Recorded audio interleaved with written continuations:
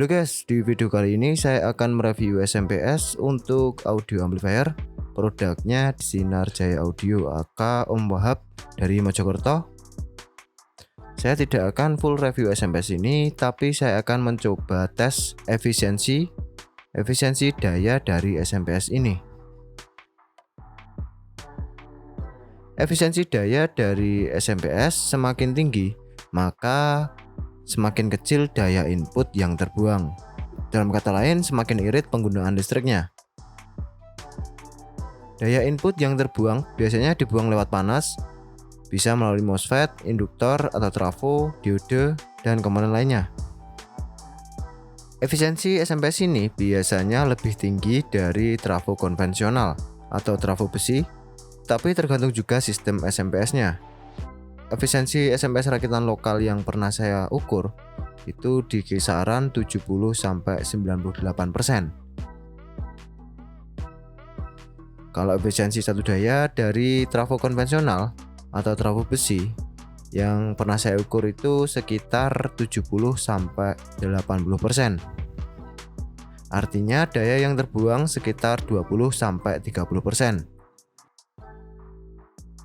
Misalkan saya punya PSU menggunakan trafo besi yang bisa mengeluarkan daya 1000 watt, maka daya AC PLN yang diperlukan sekitar 1428 watt jika efisiensinya 70%.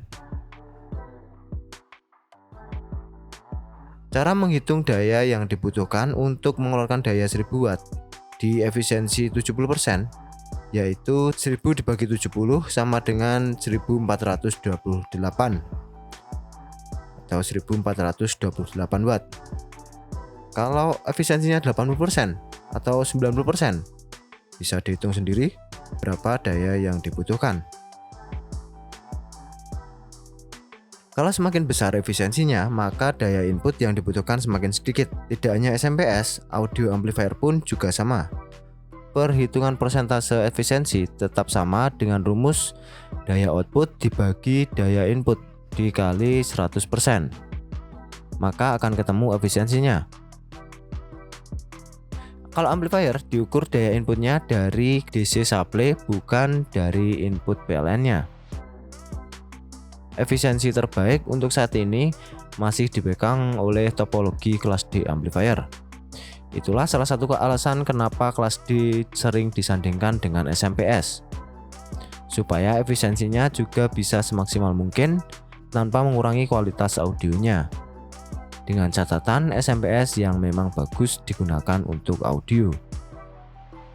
Apa saja yang mempengaruhi efisiensi daya dari SMPS?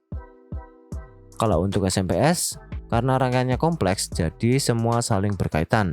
Bisa mulai dari topologi apa yang digunakan, faktor desain layout PCB, trafo, dan lain-lain. Berbeda dengan trafo besi, biasanya pemilihan kern, kawat tembaga, dan kerapatan lilitan itu yang berpengaruh terhadap efisiensi daya trafo konvensional.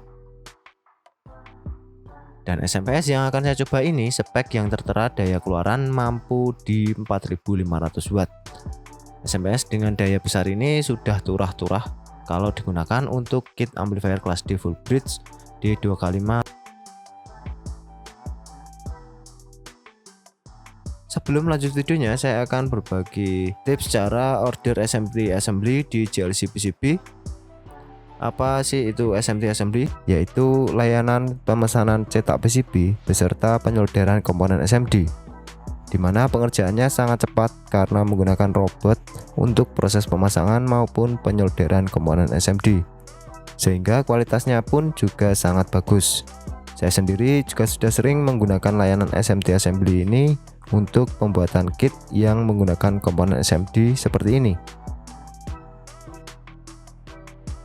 Selain itu juga menghemat waktu karena proses yang cepat dari JLC.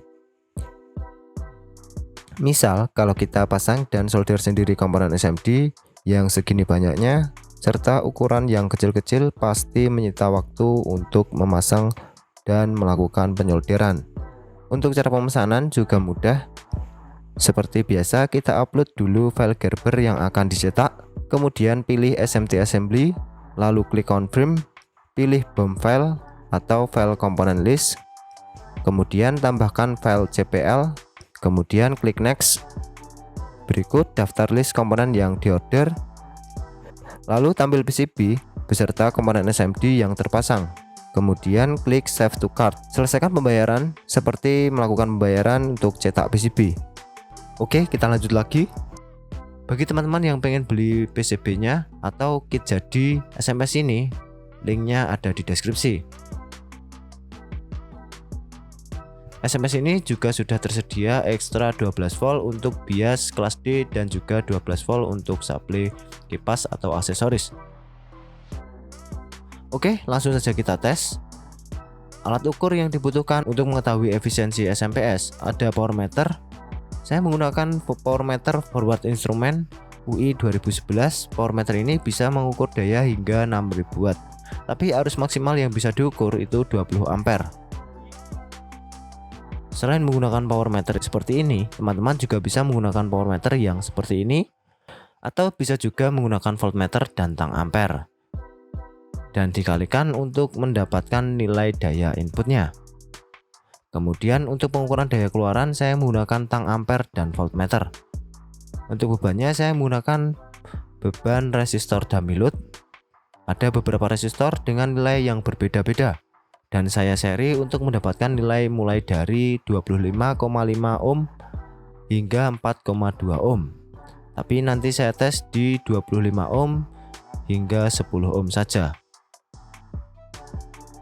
Kemudian kita nyalakan SMPS-nya, pasang kabel AC input 220 volt di sini.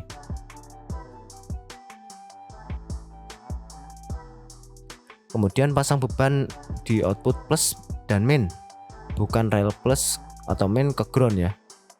Tapi salah satu kabel ke beban langsung jangan disambung. Kemudian pasang voltmeter di output plus dan min untuk mengetahui berapa drop tegangannya ketika diberi beban. Kemudian pasang tang ampere di jalur output yang ke beban langsung. Oke, kita nyalakan SMPS-nya.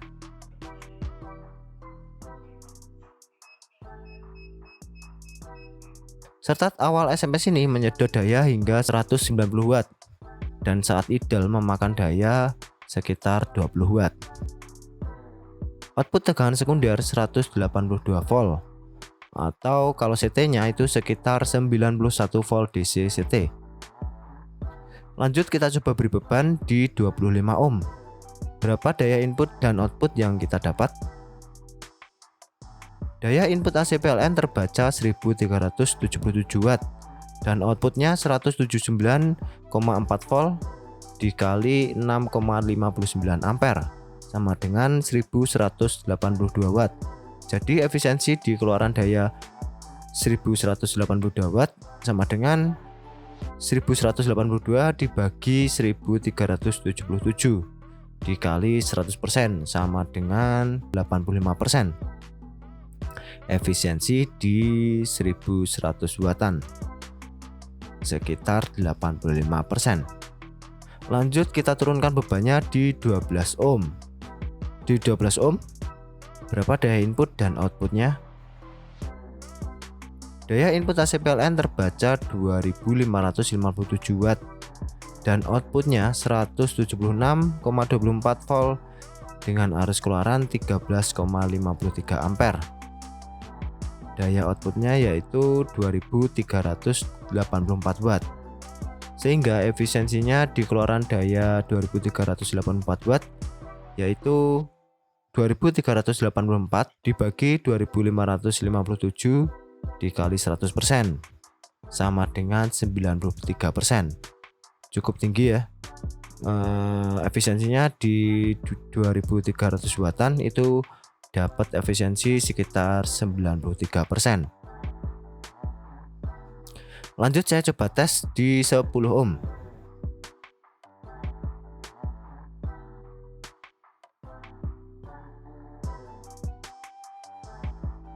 Nah, listrik saya padam, MCB trap karena overload ya nih. Saya coba nyalakan lagi. Ini sudah menyala. Jadi bukan karena SMPS-nya yang short, tapi karena kelebihan beban sehingga menyebabkan MCB trip. Ini saya coba tes lagi di 25 ohm dan masih terbaca daya keluaran seperti tadi. Coba dites 10 ohm. Nah, trip lagi. Listrik saya belum bisa buat load di kisaran 3000 watt. Mungkin pas lagi kurang maksimal juga listrik AC PLN-nya.